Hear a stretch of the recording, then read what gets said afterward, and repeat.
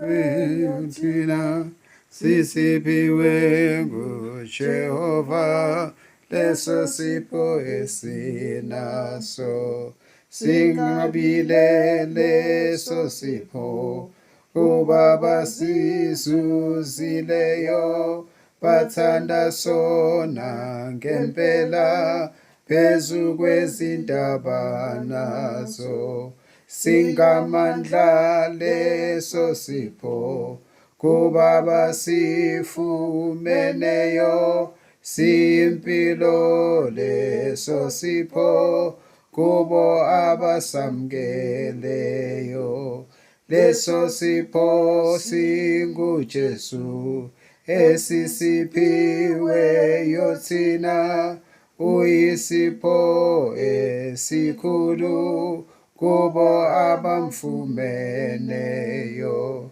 siyambonga uJehova ngaleso sipho esikhulu siyambonga uNkulunkulu kokusipha indodana.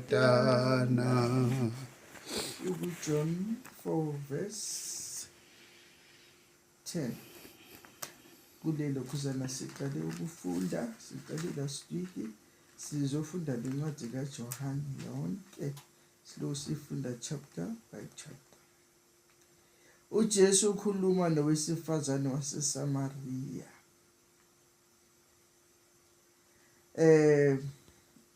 Ulokhuzana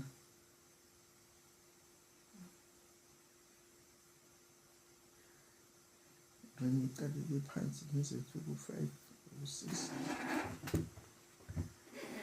Kwathi ukuba inkosi yazi ukuthi abaFarisi bezwile ukuba uJesu wenza abafundi ebhaphathiza abaningi kunoJohane, ingani uJesu uqobo kabhaphathizanga kodwa kwabhaphathisa abafundi bakhe, yamuka eJudiya yaphindela eGalile. Kwakuswelekile ukuba adabule eSamariya. Khona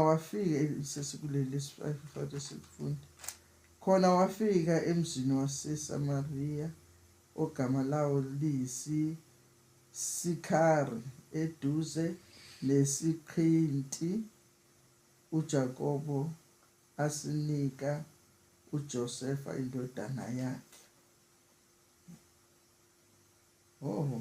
Mina ngifunda endaweni yamangala first fund 10 nothi lapha soqala kunena. Khona owesifazane waseSamariya wathi kuye, yini ukuba wena ungumJuda ucele ukuphuziswa yini engingowesifazane waseSamariya na? Ngokuba abaJuda abadlelani namaSamariya. uJesu waphendula wathi kuye, uma ubusazi isipho sikaNkulunkulu nokuthi ngubani othi kuwe ngiphuzise, nga ucela kuye yena, nga ekunikile amanzi aphilayo. Wathi kuye, Nkosi, awuphethe lutho lokukha amanzi, umthombo ujulile, uwathathaphi pho lawo manzi aphilayo? Amen. Lawo uJesu ekhuluma nenkosikazi waseSamariya. Abantu bonke sebehambile babuyele emuva, nabafundi basahambile bayothenga ukudla. Kufika uthola umfazi waseSamariya ngasemthonjeni uzokha amanzi. Manje ngoba aJuda namaSamariya bebengazwelani, bebengahambelani, ingakho ulokhuzana makathi ucela amanzi athi nje angamphuzisa kanjani amanzi ngoba abadlelani. So uJesu yasho ukuthi uwe bosazi ukuthi lo ocela amanzi kuwe ubani, ngawena ucela amanzi kuye. uJesu waphendula wathi, ubusazi isipho sikaNkulunkulu nokuthi ngubani uthi kuwe ngiphuzise, nga ucela kuye yena, nga ekunikile amanzi aphilayo. kusho uJesu kanjani. Kuwe bewazi ukuthi ubani lo ocela kuwe amanzi. Ngabe wena ucela kuye ngoba yena uzokupha amanzi aphilayo.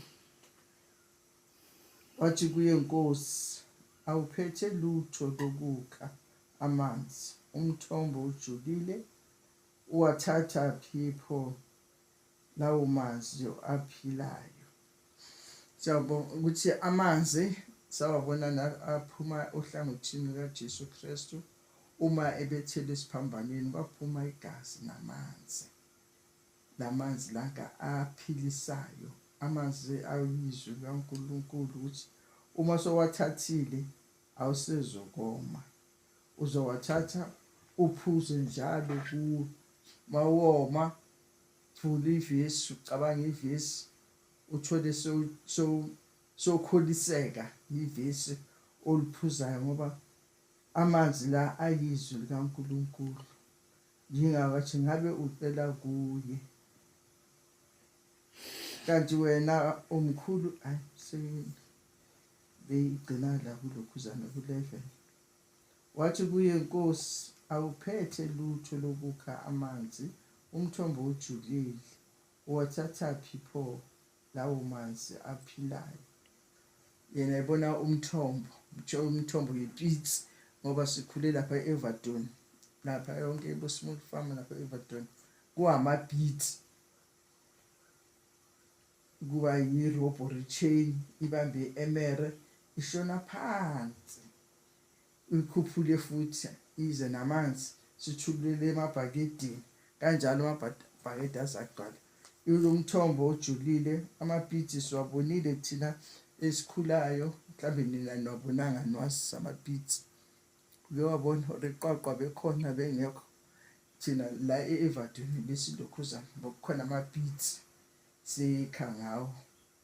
And kukhona namandiya esesihlala nawo kaJata biphakathi ejardini abantwana bakhona nabo bekha khona lapho emapitsini. Shuthi kwakuwumthombo njalo abawakhelwe ubaba wabo uJakobe. So manje ubheke nje ukuthi uJesu akaphethanga nje. Manje uzamupha ngani amanzi? Uzawathatha amanzi lanka azamupha wona. Angazi ukuthi ukhuluma lo Nkosi uNkulunkulu ngoba uNkulunkulu abengamupha yena amanzi noma abona angaphethanga lutho, kodwa bezomupha njengoba eshuthi kuwe wazi ukuthi ukhuluma nobani.